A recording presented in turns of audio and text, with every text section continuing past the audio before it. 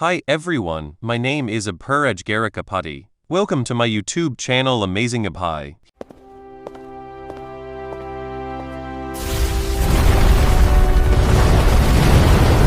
Don't just hear the story, enter it. He exposes himself, giving Kalli the chance to strike with his left hand. Even though Iskandar is battered, he remains standing and raises his fist, ready to finish our guy. But he strikes first, while delivering a crushing blow with his injured right hand to the prince's chin. However, Iskandar lowers his head just in time and blocks the punch. Immediately Iskandar counters by headbutting Kalli while showing his fierce determination. Our guy is thrown back by the force of the blow. As he crashes to the ground, Iskandar declares himself a descendant of the god of war and the most handsome man in the empire. Under these triumphant shouts, Iskandar throws him far back with a deafening roar. Kalli lies on the ground, stunned by how far he was thrown. He then catches sight of Azalea, who looks at him sadly and pleads silently for him to bring her victory. With great difficulty, our guy gets up and returns to the ring. Iskandar too looks exhausted and unsteady,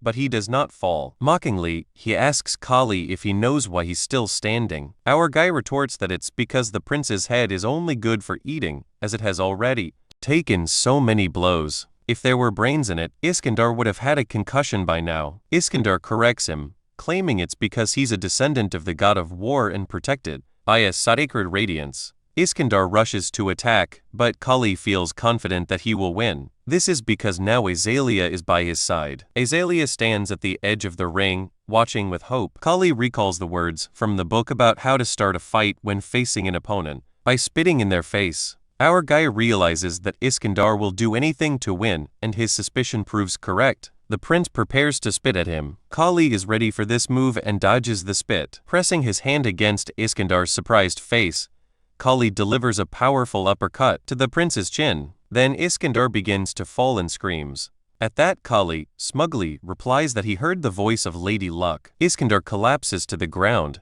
and Kalli remains standing over him.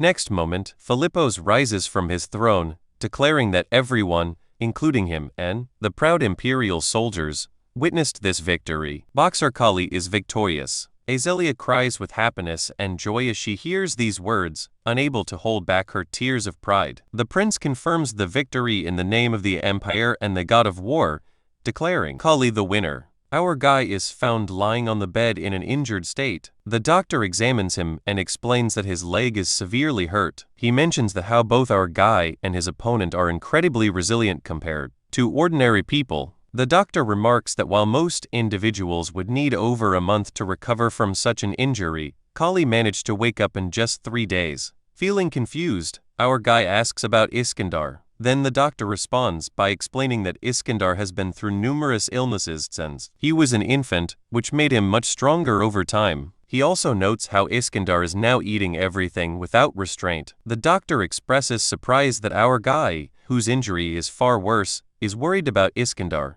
Our guy then asks how long it will take for his leg to heal. The doctor observes that his muscles are unusually strong and elastic, which may explain his fast recovery in the past. The doctor advises him to think carefully about what he said before leaving the room. As Kalli sighs and leans back on the bed, the door suddenly slams open, and Iskandar storms in. Furious, Iskandar grabs him by the collar and demands an explanation, accusing him of studying a technique textbook. Iskandar cannot believe that our guy managed to defeat him without some unfair advantage. He, still confused, explains that he received the book from the prince. Hearing this, Iskandar grows even angrier and declares that whether the prince is his brother or not, he will make him pay for such betrayal. At that moment, the prince enters the room, amused by Iskandar's anger. The prince calmly mocks him, while questioning whether Iskandar truly plans to confront him. Iskandar demands to know why his ringer technique textbook was given away. The prince responds that it would be unfair for someone to face a ringer without a chance to prepare. He suggests that Iskandar should feel satisfied now that the fight was more balanced. The prince turns to our guy and congratulates him, adding that he heard about his leg injury. He mentions that the treatment will take at least a year. This frustrates him, who begins thinking of alternative ways to heal faster. The prince acknowledges his determination, but points out that there is a significant problem as his status as a foreigner. He explains that foreigners like our guy and Hyzelia are not allowed to stay in the empire for more than 3 months, unless they hold diplomatic positions. Iskandar challenges the prince, arguing that there are many foreign guests in the palace who stay longer. The prince ignores his comment and instead clarifies to our guy that there is indeed a way to remain in the empire for treatment, as he must become a free man. The suggestion shocks our guy, who questions whether he should pursue his freedom. The prince explains that skilled foreigners often gain important positions that allow them to stay. He mentions that with his skills, our guy could become a martial arts instructor. However, as a slave, it would be impossible to grant him such a position. Our dude hesitates and wonders whether Iskandar is so much effort into his recovery would be willing to let him go. The prince taunts him, while questioning his relationship with her mistress. He adds that Iskandar might give him more than freedom if he asks. The prince advises him to speak to her directly and persuades him that pursuing freedom is the best path forward. Determined, Kalli decides to confront Azealia. Using a walking aid, he makes his way to her. Observing his approach, some people nearby tease him and quickly step aside. Azealia senses something unusual and asks about his condition. He explains that he cannot move freely yet, but reassures her that he is managing. After an awkward pause, she asks if something is troubling him. Struggling to find the right words, he explains the prince's suggestion about gaining freedom to stay in the empire for treatment. Hearing this, Azealia feels a mix of confusion and sadness,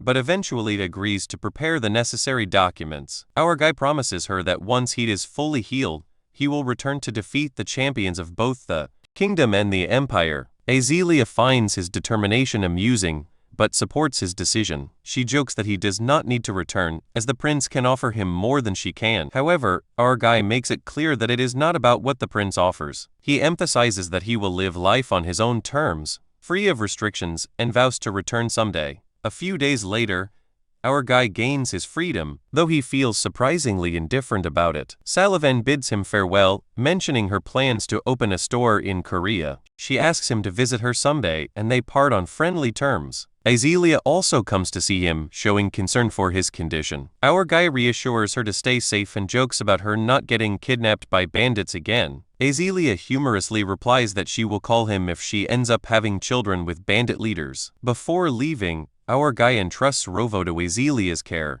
explaining that he will not be able to look after him during his treatment. He instructs Rovo to watch over her, confident that the animal will understand his words. Although he'd initially expected his stay in the empire to be short, it extends to 2 years. By the time he leaves, Philippus Roman VII has taken the throne, and our guy's presence becomes a forgotten part of the empire's history. The former emperor of the empire steps down from the throne following the end of the northern conquest when his strength diminishes. The first Prince Philippus takes the throne as emperor. He ruthlessly eliminates any opposition, even from his own bloodline. During his reign, 4 of the 7 princes lose their lives. The second prince, Orades, who stirs rebellion within the royal family out of dissatisfaction with the empire, is killed by Kalli under Philippus's orders. However, rumors circulate that barbarians are the ones responsible for his death. Now, 2 years later, our guy questions Philippus if he plans to use that as an excuse to keep him, reminding him that it was supposed to be only for 1 year, but now he is being stubborn. Philippus admits that he sometimes misses the innocent Kalli from 2 years ago. Our guy responds that he is tired of being deceived. Philippus expresses regret, saying he wishes Kalli could stay with him, but our guy brushes it off, advising Philippus to find a girl and get married. Later, in Dr. John's office, John asks Kalli if he is merely a martial arts instructor, expressing doubt about how our guy manages to execute Philippus' mission so flawlessly. John remarks that it feels like just yesterday when he treated Kalli's leg. Our guy replies that it was an awful experience and vows never to go through it again, making John sigh. He then tells John that Philippus is curious about his abilities and true identity, but John shakes his head, explaining that the time to reveal it hasn't come yet. Kalli asks if he's right in thinking that Philippus would be thrilled rather than afraid to discover the truth, and John agrees. Our guy's disciples are part of a special unit serving directly under Philippus' shadow guard.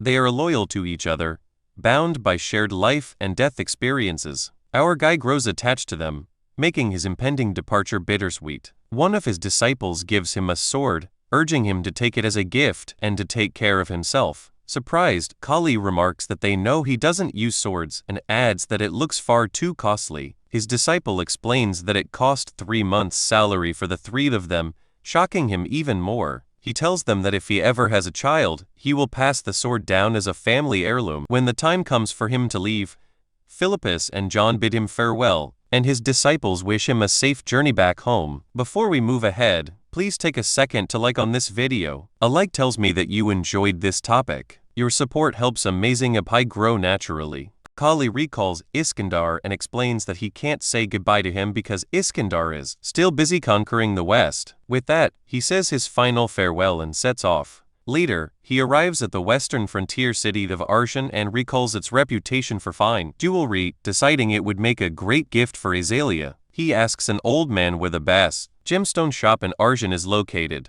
The old man replies that all stores in Arshan sell top-quality gemstones, but Kalli clarifies that he's looking for something truly special. The old man suggests Kalli go to the auction house as most shops only deal in lower-quality gemstones. Kalli heads to the auction, but a guard stops him, demanding an entry fee of at least 2,000 guilds. Kalli pulls out a bag of guilds and asks if he can enter now. The guard, surprised, lets him in. Once everyone gathers, the host unveils a ruby crafted by Mr. Quares, explaining it's of the highest grade due to its vivid red color. The bidding starts at 5,000 guilds. The bids rise quickly: 10,000, 15,000, 20,000, and finally 25,000 guilds. Only one bidder remains, and the host asks for higher offers. Kalli raises his hand and bids 30,000 guilds, surprising the host. Other bidders accuse him of bluffing, but then another bidder offers 33,000 guilds. The host reveals this bidder as Count Borel Marl, the kingdom's wealthiest noble. The host announces Borel Marl's 33,000 guild bid as Kalli and Borel Marl's eyes. Kalli raises the bid to 40,000 guilds, but Borel Marl counters with 45,000 guilds, mocking Kalli and claiming the ruby is for his wife. Furious, Kalli storms out, frustrated that the ruby would have been the perfect gift for Azalea. As he walks away, he notices nobles lurking nearby and realizes trouble is coming. A nobleman accuses Kalli of theft, prompting Kalli to show his bag of guilds. The nobleman, accompanied by large guards, presses the accusation, making Kalli wonder if he's being followed. He taunts the nobleman, throwing down his bag and sword, challenging them to attack. The nobleman orders his men to teach Kalli a lesson, but when one guard is knocked out with a single punch, the others freeze in fear. Kalli apologetically explains that he struggles to control his strength and hopes they understand. Kalli quickly takes down all of the nobleman's guards and appears behind him, shocking the nobleman. When the nobleman asks if Kalli knows who he is, Kalli slaps and kicks him, dismissing his noble status as meaningless. The nobleman begs for mercy, and Kalli questions whether he's from the kingdom. The nobleman nervously admits that he is, and he demands everything he knows about Count Borel. The nobleman reveals that Borel is just a rich man without ambition or skills. Unlike his father, the kingdom's treasurer, he adds that Borel's family fortune won't last. Kalli dismisses the details about Borel's travels as useless and presses for more. Finally, learning that Borel enjoys pugilism, he seizes the opportunity, realizing this could be his way to gain an advantage. In a lodging in Arshan, Borel admires the red gemstone he bought, grumbling about spending more than he intended, blaming Kalli for his impulse. Despite his annoyance, he decides to let it go since the gem is now his. Suddenly, his men are heard questioning someone outside, and a voice announces they have business with Borel. Opening the door, Borel is taken aback when he sees Kalli, recognizing him from the auction. Our boy smiles, commenting that he didn't expect Borel to remember him and politely asks to speak. Borel dismisses him, saying he's not in the mood, but Kalli piques Borel's interest by asking if he enjoys pugilism, which leads to Borel admitting he does. Kalli reveals that he's a pugilist, not just a mercenary, and that while he didn't come because of the auction, he does want the gemstone. He explains that it's for a woman who would look stunning with it. Borel smirks, noting that Kalli only had 40,000 guilds at the auction and offers to sell the gemstone for 50,000 guilds. He asks how Kalli plans to pay. Kalli proposes fighting and pugilism matches under Borel's name. earning 10,000 guilds per win. If he loses even once, he promises to hand over all the money and give up on the gemstone. Despite the risks, Kalli is confident in his skills. Boromarl finds the offer interesting and agrees. He says it could be fun and asks for Kalli's name. With pride, Kalli introduces himself. 2 days later, at the arena, another count asks Boromarl if Kalli is truly fighting under his name. Boromarl replies casually that it's just to pass the time. The count warns that Kalli's opponent is very strong, but Boromarl shrugs, saying that Kalli can return home if he loses. In the ring, Kalli smiles, feeling excited. It has been a long time since his last fight. He studies his opponent, who is shorter than Kijo but has long arms and legs. His muscles are well balanced and his scars show that he is experienced. When the match begins, Kalli's opponent attacks immediately. Kalli dodges easily and notices the man is very fast. The man's intense gaze makes Kalli feel like he's being closely watched, which is unsettling. Suddenly the man throws a punch and Kalli dodges again, but gets a small scratch on his face. Ignoring it, Kalli focuses on finding an opening. Kalli realizes that his opponent's long arms and legs give him an advantage at a distance. Covering his face, Kalli notes the man's power and understands why he is called the strongest fighter in Arson. When the man throws another punch, Kalli quickly dodges and strikes the man's side, making him cry out in pain. The crowd, including Boromarl, gasps in surprise. Our guy then closes the gap and tells his opponent that he won't let him take control of the fight. With a powerful punch to the chest, Kalli forces his opponent to his knees, leaving him gasping for air. Feeling victorious, Kalli pounces chest and raises his fist, shouting praises for Boromarl. The nobles in the audience cheer loudly and Boromarl stands, proudly calling Kalli's performance amazing. As Boromarl smiles at him, Kalli smiles back. He feels confident that he has earned Boromarl's trust and approval, which is exactly what he wanted. When the fight ends, they return to Boromarl's mansion, both drunk. He laughs and tells Kalli he should have seen everyone's shocked and amazed faces, adding how delighted he feels. Kalli replies that he's glad that he is satisfied. Boromarl then says he'd love to make Kalli his personal pugilist, but since our guy is heading back to his hometown, he asks where he has been and what he's been up to all this time. A little later, when Boromarl is asleep from drinking, Kalli quietly leaves the room. As he walks out, he reflects that he is quite a nice person, though a bit dim. As our guy moves through the mansion, someone calls his name. Turning around, he sees the chief guard. Wondering why he's being summoned, he smiles and tells the guard they'll be seeing each other often for a while, so there's no need to be so formal. However, the chief guard silently turns and walks away, leaving Kalli feeling slightly awkward.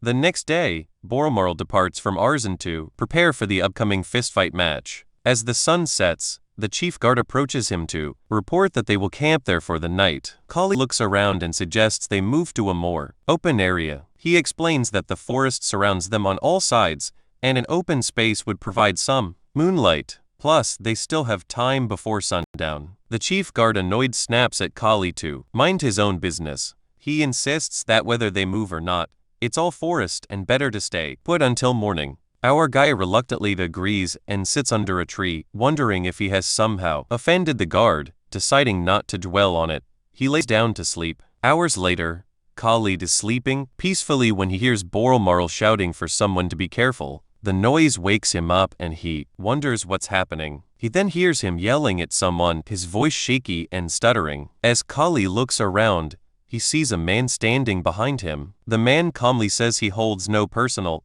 grudge against Kalli and asks him to consider it bad luck. Before the man can strike with his sword, Kalli jumps up, grabs his blanket and throws it over. Before we move ahead, please take a second to share on this video. Sharing helps this video reach friends who may also enjoy anime, gaming, travel, cricket, chess, career basics, or personal stories. Your support helps amazing Abhai grow naturally. The man. He follows with a punch to the man's face, knocking him to the ground. Confused, Kalli looks at the fallen guard, trying to make sense of what just happened. Meanwhile, Boromarl, holding a sword with trembling hands, shouts at the attackers, asking why they want to kill him. He wonders if it's because of the jewel and offers to give them as many as they want. The chief guard calls him a foolish count and says he'll explain the reason as a gift for the afterlife.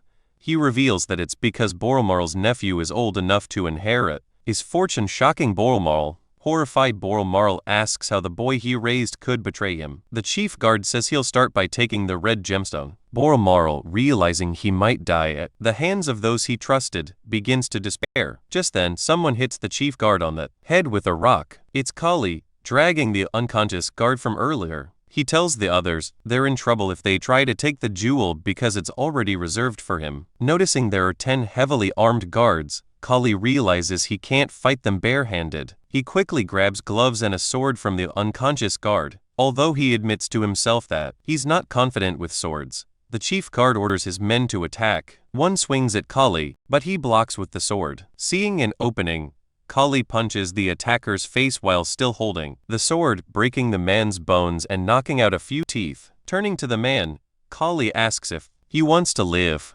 Trembling, the man nods, hoping Kalli can protect him. Kalli picks up some stones and throws them at the guards blocking Boromarl's path. He yells at Boromarl, telling him to break through and run toward him if he wants to live. Boromarl stutters that he can't do it, realizing he needs help. Kalli knows he must deal with the guards himself. He shouts at him again, urging him to move if he still wants to survive. Boromarl, sweating and shaking with fear, stands frozen. Count Boromarl's life is like a neatly packaged road, smooth, tranquil, and devoid of any obstacles. Living comfortably in a world shaped by his ancestors, he has never achieved anything through his own efforts. Kalli's words pierce his heart, shaking him from his complacency. With newfound determination, Boromarl swings his sword repeatedly while running past the guards. The chief guard yells at the others, calling them stupid jerks and demanding to know why they aren't stopping him. He manages to catch Boromarl and raises his sword to kill him, slashing one of his arms.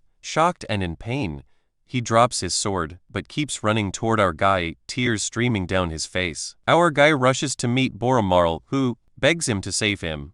He grabs him, compliments his spirit, and carries him on his shoulder. They run as fast as they can, knowing that if they're too late, Boromarl will bleed to death. The chief guard shouts at his men not to let them escape and orders them to shoot. A guard fires an arrow, but Kalli notices it and tells him to hold on. As the arrow nears, Kalli punches it in half and deflects others with his hand. The chief guard and his men are stunned. Our guy is exhausted and lifts Boromarl again and runs at top speed. 3 days later, they arrive at the western desert. He curses, unable to believe how the terrain has changed overnight. They have entered the desert to avoid being tracked. Our guy plans to enter the kingdom through the desert, but it's more mysterious than he expects. Leaning against a cave wall, Boromarl complains and offers our guy the jewelry. He is annoyed and tells him to use his energy to walk instead of whining, and warns him that he'll leave him behind if he keeps talking. Suddenly, they hear horses approaching. Looking back, Kalli sees desert tribesmen riding toward them. He tells Boromarl they need to go the other way, but Boromarl points.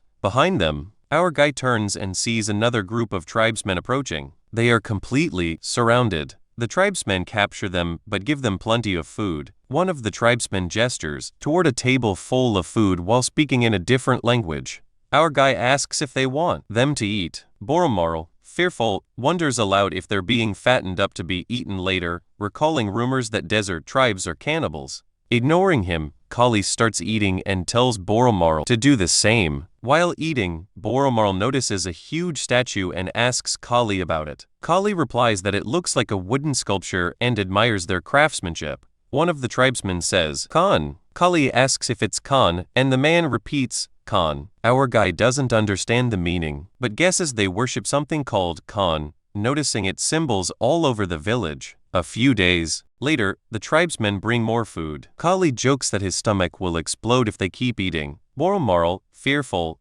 says he can't live like this anymore and is sick of it. Kalli tells him to endure it, reminding him that many people live without both arms. He replies that not everyone is as strong as Kalli. Kalli tells him that no one is born strong. Strength is developed. Suddenly, the tribesmen burst into their room, speaking in a different language. They drag them outside, and Boromarl, stuttering, shouts that he knew they were going to eat them. One of the tribesmen hits our guy on the nape with a stick, making him collapse. Boromarl worriedly calls out Kalli's name as the tribesmen drag them to a cliff. At the cliff, they see a huge pillar with a horn. Boromarl wonders where they are being taken. The tribesmen tie them to the pillars and chant Dekon in front of a cave. After that, they run away, leaving them behind. Boromarl panics and asks what's happening. He hears a deep growling sound coming from inside the cave. Trembling, he tries to wake our guy and tells him about the strange sound, but Kalli doesn't respond. Boromarl begins to cry in fear. Despite his terror, he tries to gather himself, realizing it's now up to him. It is almost dawn. When Kalli wakes up, Boromarl explains how they are dragged there when he faints. He further adds that there must be some monsters inside the cave. Our guide also hears a growling voice and concludes that it must be Dekon and that they are presented there as a sacrifice.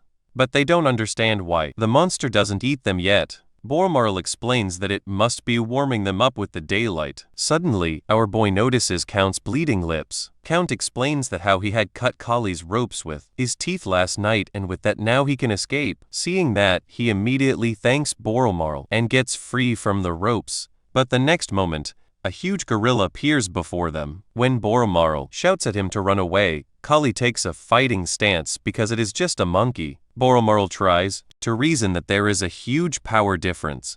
At that, Kalli understands that it is the same situation as him and the ogre. But no matter how huge the monster before them is, it is just a monkey. The next moment, both of them clash, which makes Kalli realize that the monkey's range is longer than he expects. Then he throws sand into the gorilla's eyes and punches it hard in the face. The gorilla is furious at but it only gets a nosebleed from his punch. It then throws our boy far away. He, on the other hand, thinks about how little chance he has to win. As the bones pierce his body, he realizes that at this rate, he could die from bleeding. Then he gets up and decides to attack again. While looking at it, he understands that the monkey is quite intelligent, as it observes the bone in his hand as a weapon and halts its movement. He rushes toward it, while knowing that he doesn't have time to delay the battle. This time, he pierces the bone into its thick skin. In retaliation, the gorilla tries to pry it away, but he comes back and pierces the bone completely into its stomach while making it growl in pain. Boromarl, who is witnessing this scene, is astonished to see Kalli battling someone stronger than him. Our dude once again punches the Monkey King and dodges its attack immediately. He then takes the ropes and rushes toward it with blurred eyes. He makes a loop with the ropes around the gorilla's neck and tightens it while. Before we move ahead, please take a second to like on this video. A like tells me that you enjoyed this topic. Your support helps Amazing Apai grow naturally. Sitting on its back. Now, the gorilla is having difficulty breathing. It tries to loosen the rope, but Kalli's grip is firm. But our boy is also struggling to keep strangling the gorilla because of its power, so he takes out the bone knife and attacks its eyes. Finally, after some struggle, the gorilla collapses on the floor and our boy comes out of the cave, victorious. Boromarl immediately asks about his well-being, to which he replies with sarcasm. Anyway, he unties Boromarl, who expresses his disbelief at Kalli defeating the monster. But the next moment, our dude dozes off from exhaustion. Boromarl then scoops Kalli onto his back and steps ahead. After a while, he finds a large group of people coming toward them. He guesses whether they are assassins or the desert tribe, but they are too many to be an assassin group. Suddenly, he recognizes the flag of the army and tries to turn his back on them, but one of them spots him and demands that he identify himself. He introduces himself, and the soldiers immediately notice his missing arm, which makes some of them chuckle. Then someone asks about the beast that the barbarian there is worshipping. This person turns out to be none other than his Kandor, who is the leader of the Western Conquest Army of the Empire. As he gets down from the horse, he is shocked to recognize Kalli on the countback. After that, he is even more shocked to learn that Kalli is the one who defeated the monster he intended to defeat. He kicks Kalli from the bed and shakes him vigorously, which panics the army physician, who tries to reason with him that Kalli is injured, but he nonchalantly replies that our boy is a monster himself, so he wouldn't die from a stomach wound. The next moment Kalli wakes up and punches his Kandor hard. In return, he kicks him out of the tent while reminding him that he is the one who treated him. Kalli then asks his reason for being there. Iskandar explains that he comes here to conquer this region. He also reminds him that Kalli left the empire without even saying goodbye to him, which makes him grumpy. Seeing Kalli's casual behavior with Iskandar, Boremel is quite shocked. Later, inside Kalli camp, he tells Boremel to get back as soon as possible. The Count expresses that at first, he is scared by the fact that his nephew tries to assassinate him, but now he really wants to listen to him face to face. Kalli also agrees with him on that. Back at Boremel Castle, the Count's nephew is sleeping peacefully. Next moment, he wakes up when our boy calls his name and confronts him, while calling him ungrateful for trying to kill his own uncle. As soon as understands the situation, he tries to call for help, but our dude shuts him up and asks whether he should finish him off quickly. After a while, Kalli stands in front of the guards, holding hostage. Orders his guards to step aside. Our boy also tells them to follow their master's order as they head toward the castle gate. When they reach the castle gate, our boy orders the same thing to the gate's guards. Warns him that they are surrounded by guards and even tries to lure him with a large sum of money. But Kalli is not interested in money and instead commands the guards to open the gate. When guards don't budge, he then asks whether wants his left or right arm, which doesn't understand. He then breaks his right arm and warns him that if he wants his other arm intact, he should order his guards to open the door. Complies immediately. The gate opens and Boremel stands in front of it. He orders his guards to lower their weapons, warning that they will be executed otherwise. The guards are shocked to see that Count Boremel, with this new personality, who was once a timid person, has become daring. At that, tries to claim the Count title, but Count Boremel furiously challenges him to a duel for the title. Protests that the duel is unfair because of his broken arm. In response, Boremel shows him his own ripped right arm. At first, picks up the sword with a smirk, but when he sees the fiery expression on his uncle's face, fear overtakes him. He then drops the sword and apologizes to his uncle. Count Boremel, on the other hand, orders his guards to take his nephew to the prison. Afterwards, he reclaims his rightful position as Count and executes the traitor. A few days later, our boy is ready to depart from the Count, who remembers that he is none other than the Ogre Slayer, which embarrasses Kalli. He then shows him the necklace he has prepared hastily but wholeheartedly. This necklace is made with the same ruby our boy wanted. While taking the necklace, our boy reminds the Count that it's better he doesn't regret not to be paid for it with matches, but the Count assures him that he has paid him enough. With that, they bid farewell to each other. Meanwhile, in a guest mansion, a servant informs Azalea about the arrival of Lord Jethro, who is the merchant group leader. She lets him in and he praises her beauty. After that, they sit down and Lord Jethro conveys that he has checked the barony, which is in poor condition while the farmers are struggling. Meanwhile, she thinks about how Lord Jethro, despite coming from a common background, has become a powerful merchant. He is famous for making other people miserable. She asks about his purpose for being here. He then demands that she pay back his 30,000 guild, which he needs immediately because he is short on money. He even adds that with interest, the amount has become 40,000 guild, but he has given her a discount of 5,000, so it is now 35,000. She is infuriated to learn that the interest amount has increased so much within half a year. 2 years ago, when Azalea returned from the Empire, Gadolf was sick due to his drinking habit, leaving her in huge debt that couldn't even be paid off through merchant trips. She is still unable to repay the debt she took from different merchants. She asks him to wait until autumn, but he declines her plea, instead suggesting that she sell her fighters. She immediately refuses because they are her only source of money. He is infuriated by her response, as she needs to take action for the sake of her people. She then hears someone approaching and asks not to let anyone in, as she is having an important conversation. But the approaching person tells her that he was going to wait, but he could not wait any longer after seeing the situation outside. Azalea is shocked to see that this person is none other than Kalli. Jethro also protests against his interruption while reminding him his status as slave. But Kalli ignores him and asks about the amount of her debt. She tries to remind him to mind his own business, but Jethro answers that it is 35,000 guild. Our boy then throws a bag of 40,000 guild in his face with an extra 5,000 for his treatment. The greedy merchant is quite happy to get the extra 5,000 and assures them that he will use it wisely. Both our hero and heroine are quite annoyed by his behavior. He then thanks Azalea and gives her a receipt, which she tears up. Before leaving, he comments that he has heard Kalli's name somewhere. Kalli hotly tells him to remember the name, as it belongs to the next champion of the tournament, which makes the merchant scoff at his arrogance. When the merchant leaves, both of them settle down for tea. Azalea assures him that she will repay his money, which he tries to shrug off. She expresses her disbelief at his return, but he reminds her that, despite being late, he never breaks his promises.